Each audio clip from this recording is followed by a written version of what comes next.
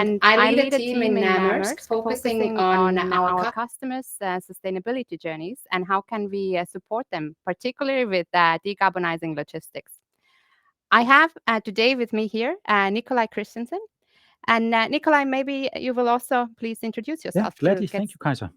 So my name is Nikolaj Christensen, and I head up what we call execution and partnerships within energy transition. So maybe for a bit of context, in Maersk, energy transition is something we work with across the company, but we've built out a function that we call energy transition that focuses on ensuring that we transition our fuel to sustainable sources, that ensures that we have that we sort of work with the right carbon accounting standards, that we have a good understanding of life cycle analysis, and then there's my part of it, which is very much focused on ensuring that we have robust roadmaps in place for the energy transition and that we execute on them. And we do that through an engagement with the cross-section of the company, amongst others Kajsa, with our suppliers and not least with our customers. Great. And the topic of today is decarbonizing supply chains. So we'll go more in depth into how are we working with this with our customers, but as well as more company-wide and also what are we doing further in the industry. Also, just a quick note out to the audience, do not hesitate to place your questions, comments in the chat. In the comments, and we will get to these pretty swiftly as we get going with the discussion. But to start up with, let's first talk about the trends, Nikolaj. Yep. What do we see that is actually happening out there? And if I may start from the customer perspective, then we do see a lot more interest and traction from the customers when it comes to decarbonizing logistics. We do see more and more companies setting targets. Roughly 60% actually of our top 200 customers today already have set the science-based target and are intending to achieve net zero ambition at some point in the future. But we also see, of course, in addition and next to the leaders in that space, that more and more customers are able to focus on logistics now. They have possibly in the past been more focused into their own operations, but now that the supply chain is getting more traction and also the need to really also find solutions and actions in that space. Yeah. The regulation is definitely another part where we see rapid developments, particularly in a shipping space. Again, the EU ETS, that was one of the latest edition that also draw a lot of attention to how can we regulate better the cost challenges in that space, and we also know more to come in the IMO and from the IMO more to that global scale. But maybe you can also expand a little bit. What do you see from the industry perspective, the company perspective, and the technology side of things? Where are things moving in that space? Absolutely. And maybe to build a bit on what you said, if you sort of think of our customers, then traditionally logistics is something you engage in by looking at cost and quality and service parameters, and certainly also speed. And what we're seeing from more and more of our customers, which is extremely encouraging, is just that emissions is becoming a bigger and bigger part of their decision criteria when they look at how they source logistics. So building that over to technology, what's really important to understand is we are still at the early stages of, let's say, technology deployment, but what we're seeing is actually that the technology we need for many of the services we provide are either available or coming to maturity. So if we think a bit of our ocean business first, I mean, it was a very proud moment for all of us when we had the Laura Maersk at Quay just outside where we are now as the first methanol ship. But I actually think if we zoom out and take the industry perspective, what's really inspiring is that we now see that many of the shipping lines in our industry have also ordered methanol ships. So we're really starting to see that this, if you will, supply is building up, which is extremely positive, because as we get more orders in for ships that sails on green molecules and whatever it may be in terms of sustainable fuels, we're also going to see the energy sector start developing the fuels that are needed. So there's really a chain reaction that's starting the way I see it. The second piece I think that is extremely encouraging is that we're seeing the trucking sector, which makes up for a lot of the emissions of our customers, but we're really starting to see traction in land-based transportation. So if you're sort of in what we in Maersk call last mile, so out to a shop or the delivery to a customer, many already now see their packages arriving in an electrical lorry. And we're slowly but steadily seeing that build out to larger and larger classes of transportation. And when we look at it now, I mean, we've invested in a number of electrical trucks around the world, and we start seeing that they're now at a stage where they can actually perform the services we need to deliver to our customers. So we're really seeing that also build up. And now, if you will, the bigger challenges we're starting to see is how do we actually operate these and fuel them with enough sort of electricity from the current grids and so on. So that's really a positive message, where we see that industry is mobilizing. We're seeing that OEMs and asset providers are mobilizing, and customers are starting to pull that demand. So it's really, getting that flywheel spinning is really a strong momentum, or a strong hopeful momentum that's building. Absolutely, and I can only again also emphasize that that there are many encouraging developments in a broader industry. But let's zoom in a bit more into what Maersk is doing, and what is the approach that that we are specifically taking here Sure. when it comes to decarbonizing supply chains.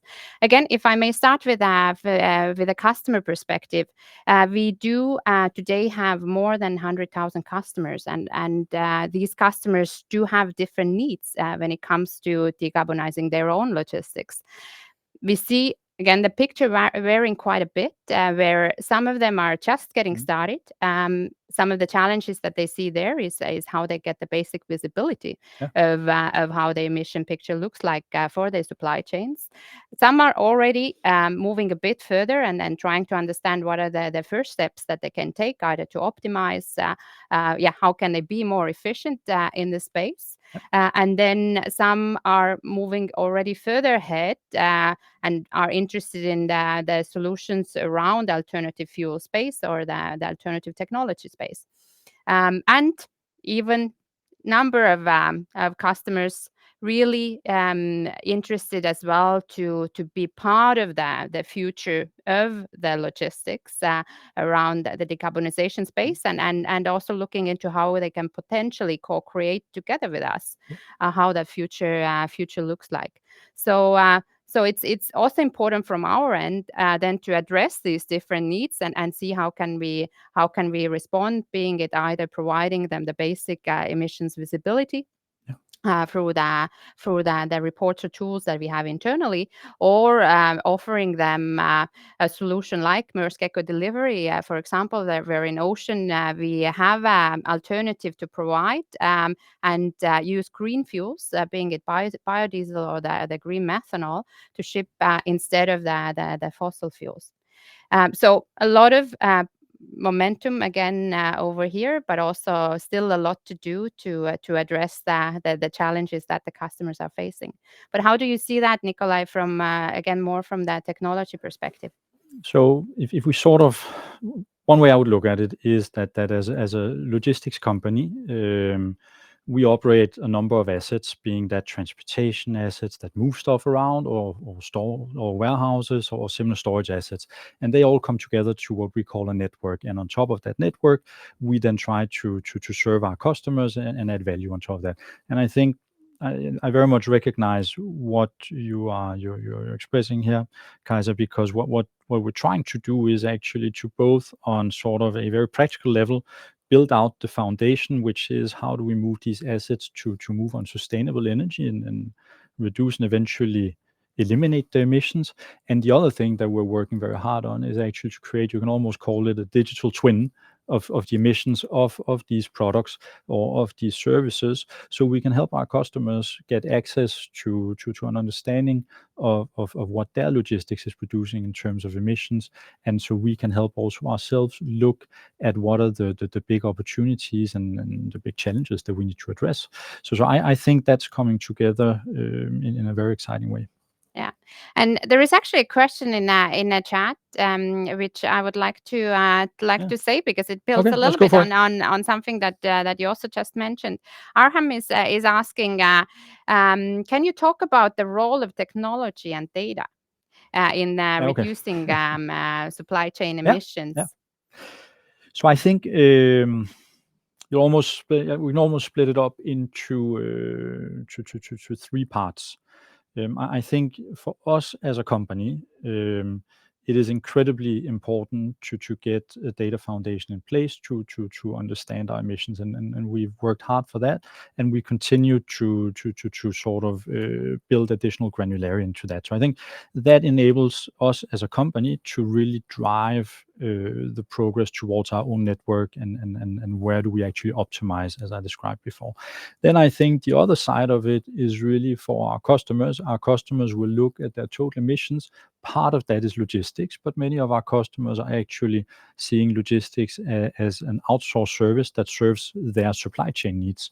And if you will, as we sort of help them gain that visibility, it helps the actionability, where we can together really focus on how do we actually drive meaningful change, how do we build scale.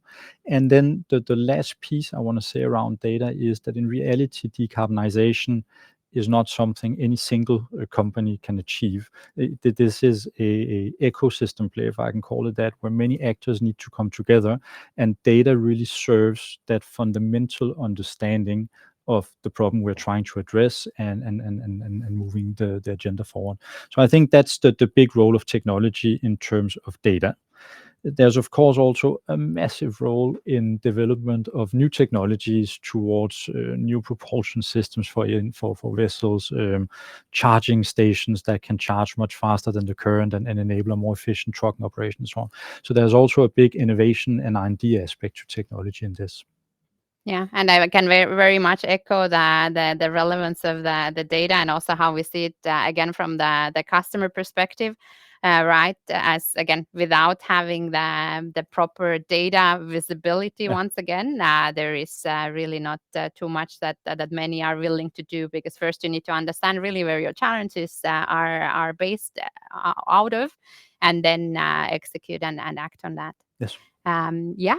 Um, then maybe let's move on. We're talking more broader about the Yeah. challenges that we see being faced, and what is what are the key elements also to keep in Sure. mind, what we see in our daily jobs. Again, if I may get started with the customer perspective, then we already touched a little bit about the data and the visibility challenge. Then that is often something that is the first step, but we also see that there are more and more ways to actually address this, and again, the opportunities and the tools are out there to take an action on that.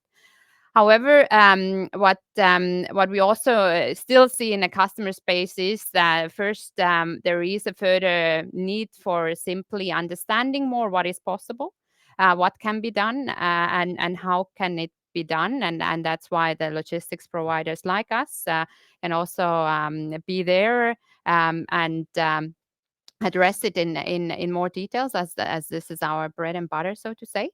The other thing, of course, that is hindering, I would say, the speed of execution these days definitely is the cost and the cost challenge. Because it is quite evident at this point that many of the solutions, especially the alternative fuel-based solutions, they are more expensive today than the standard fossil energy Yes. based options, and there is a lot to do still, in order to get that challenge sorted. But how do you, Nikolai, see it from your perspective, and where you sit? So I think, when we set out on our decarbonization journey, one of the questions we asked some years back, we asked ourselves is what are the technologies we really want to apply? And that was sort of the very big challenge we had, that we did not have line of sight to what technologies we needed to deploy. I think it's fair to say we have that now, and some of these technologies need to evolve and mature, but we've got a pretty good idea about how to move forward to meet our ambitions. So I think we've sort of moved from a technology challenge into, you can choose to call it a cost challenge. You could also think of it as a scale challenge. And you could also yet think of it as a regulatory challenge. So maybe if we start from the regulatory side of things, I think the reality is that today you are at an early stage of much of these technologies, which basically, like any other technology we've seen, as you grow, if you will, a technology, as you scale it, and you mature it, you start seeing costs come down. Is it then realistic that costs come completely down to what we call cost parity, so that you can operate so you can buy a sustainable or green service, if you will, at the same price as you can buy something on diesel or fuel oil for a vessel? No, it's not yet, and potentially some of the transport modes will continue to be challenged for the foreseeable future. So I think the first really important thing to take into account is we need regulation to help us drive this to help us incentivize the transition. We are at a point where in the immediate future we will struggle to deliver cost parity on some of our services. Then I think if you look at it from a different angle, if we talk trucking as a good example, I think today what we're seeing is there's a lot of signals that batteries on trucks will be able to perform better, so higher distances for the same energy in trucks. You will see that they'll be able to go further, so you will see an increasing amount of use cases, and the challenge actually moves away from cost over time and moves into whether or not we can fuel these trucks with electricity, because today's electricity consumption is just going to be, or tomorrow's electricity consumption, maybe better said, is just going to be significantly higher in order for us to keep these assets moving. So I think the cost challenge is here to stay. I really think of it as that we need many different players to engage, and I think regulation has a big role to play in getting that job done. Yeah. Yeah, completely agree. I suggest we take a few more questions. Yeah. We have Grissom asking, with regards to the sustainable fuels, Mhm. with the limited certainty and availability, how does Maersk intend to decarbonize its entire fleet? That's a good question. Um, I think there's a couple of things to it. That there is one, as you look at the life cycle of a vessel, that vessel typically will have a life cycle of a couple of decades, just like a car or something else, right, for a certain amount of time on the road. So as we now build new vessels to replace old vessels in our fleet, we build them out to be able to operate on green fuels. Now, with regards to the challenge of developing enough green fuels, I think it's a bit back to the point I was trying to make earlier about creating momentum and demand in the market. So if you take methanol as the case, had you asked us 7, 8 years ago if we would have a methanol vessel, now we would probably have in great doubt, maybe ambitiously said yes. Had you asked us 3 years ago whether we expected to see the momentum that we're seeing in the market, we probably wouldn't. But because this momentum is building, then demand towards the energy sector and towards project developers in that space is also building. And so we really believe that as that demand builds from us and from the rest of the industry, we're going to see momentum. And if I may also build on that, then definitely the signals that we receive from our customers play an important role in this, especially now. Again, as also mentioned before, when still this comes with additional cost. We today have, for example, 3% of our customer volumes shipped already with the green fuels, which is a good start. But the ambition is much higher, and we also need to see further traction around this in order to really have the confirmation of continuing the journey and the momentum and investing even more in the future. Absolutely. So definitely a strong need to see developments also on that space. We have another question here. Let's go for it. Yes, I unfortunately don't have a name of the person who has asked that, but there is a question around the ESG reporting requirements. And as we know, these are increasing. Absolutely, we see it also in our own case. But what impacts do you see this having on Maersk customers? When again coming to it from the customer perspective, then we do again see there are a lot more requests as well coming to our way to support our customers with these requirements.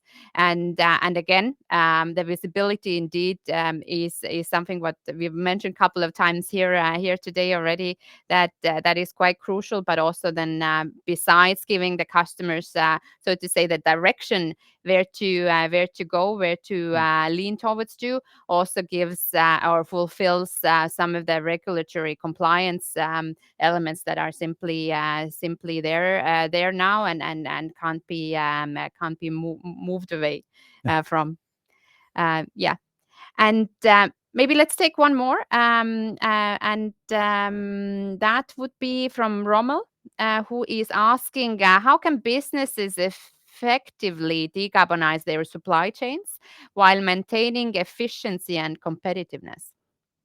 Yeah, so that's a good question. I think, Kaiser, you started out, and I'll venture my view, and then you can continue, because it's a broad question, right? Yeah. But I think you started out by describing that we sort of see different types of customer engagements, and what I say is that customers have different levers to pull, and I think, if you think of the basics around efficiency, so how do I actually transport more with the same sort of logistics network? If you think about mode optimization, so how do I move from a truck onto a rail, which will emit less? Some of these are sort of very practical levers that many businesses can run at relatively low cost, if not even at a positive cost, depending on how their supply chain is configured. I think that when it comes to the decarbonization or let's say the switch to sustainable energy, then for the short term there is a cost challenge, as you outlined, right? And for the short term, probably the better part, if not all of this decade and a bit forward, we're going to be challenged to offer all these services at a cost that enables all these efficiencies. So I think it's also a matter of standing shoulder to shoulder and making sure that we do invest in this. I mean, that there's a business and an efficiency aspect, but there's also why at least I know you and I do what we do, that there is actually also a climate aspect that we're very passionate about addressing here. Yeah, I completely agree with that. In order to start slowly wrapping up, we have still a little bit time left, but let's also touch a bit more about the future. Yeah. And what do we really see that needs to take place in order to again continue the momentum what we've been talking about here earlier part of the live session.